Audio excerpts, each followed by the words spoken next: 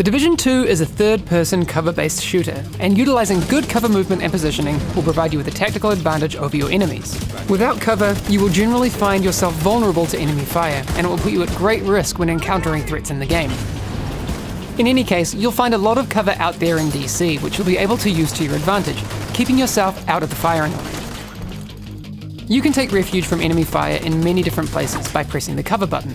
A prompt will appear when your agent is close to a usable cover. You can also swiftly move from one cover to another by aiming at a nearby destination and then pressing and holding the cover button. Keep this in mind if you're looking to close the gap on your enemies or take refuge in a better position. Don't forget to use sprint to find a better tactical position, and use vaulting over cover to either get out of the way of enemy fire or close the gap on your target. To aim, press and hold the aim button. You can then fire your weapon with the fire button. Aiming from behind cover will make you partially vulnerable, so keep an eye out for incoming hostile fire. You can also shoot blindly from behind cover, and while you will experience a loss in accuracy, you will not forfeit any of the protection you gain from cover. After exchanging fire, you should consider reloading to make sure your magazine is full and ready for action. You can switch between your two main weapons after unlocking the perk that allows you to have a secondary weapon.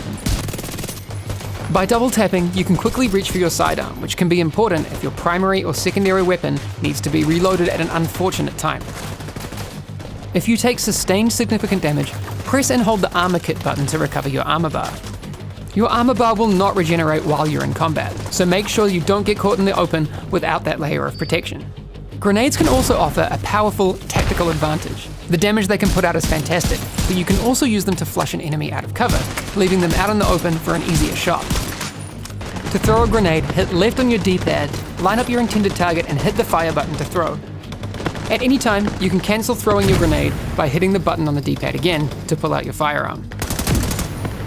These basics will stand you in good stead with your first engagements in the Division 2, and will be vital to your success as an agent throughout the game. Don't forget all the tools you have at your disposal though. You'll definitely need all of them when your back is up against the wall.